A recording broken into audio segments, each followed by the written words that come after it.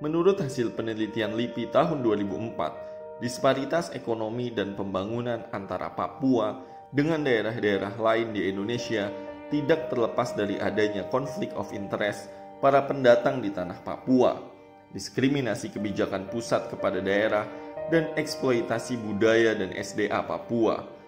Otsus tidak menjamin terciptanya kesejahteraan dan pembangunan ekonomi untuk rakyat Papua.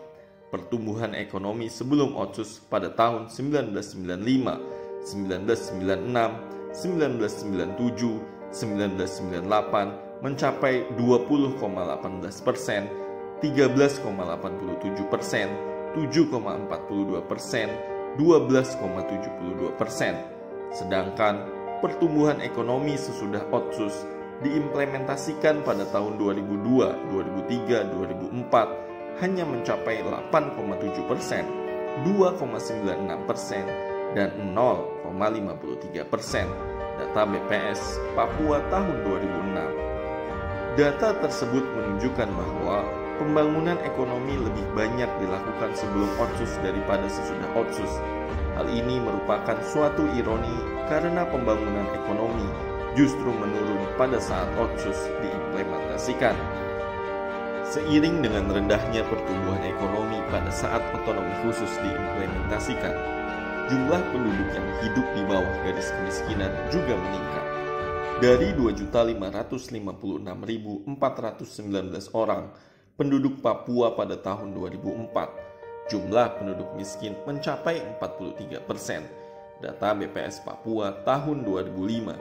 Sebagai implikasinya, jumlah keluarga yang dapat dikategorikan miskin juga menjadi bertambah. Menurut keterangan Ketua BPS Provinsi Papua, 47,99% keluarga di Papua dan 36,85% keluarga di Papua Barat pada Maret 2006 dapat dikategorikan sebagai keluarga miskin. Sementara McGibbon menganalisis bagaimana pembangunan pada masa Orde Baru menjadi penyebab menguatnya identitas Papua. Ia melihat bahwa pengalaman pada masa Orde Baru yang ditandai oleh pembangunan dan migrasi menjadi pendorong menguatnya sentimen anti-Indonesia. Pergeseran demografis di Papua telah diterjemahkan oleh intelektual dan aktivis menjadi kritik terhadap kebijakan Indonesia atas dasar marginalisasi etnik.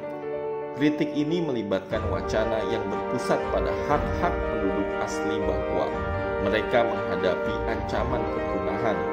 Dengan demikian, wacana pembangunan ekonomi pada masa Orde Baru yang dimaknai negara sebagai usaha peningkatan kesejahteraan dipandang oleh rakyat Papua sebagai upaya eksploitasi sumber daya alam Papua dan marginalisasi rakyat Papua.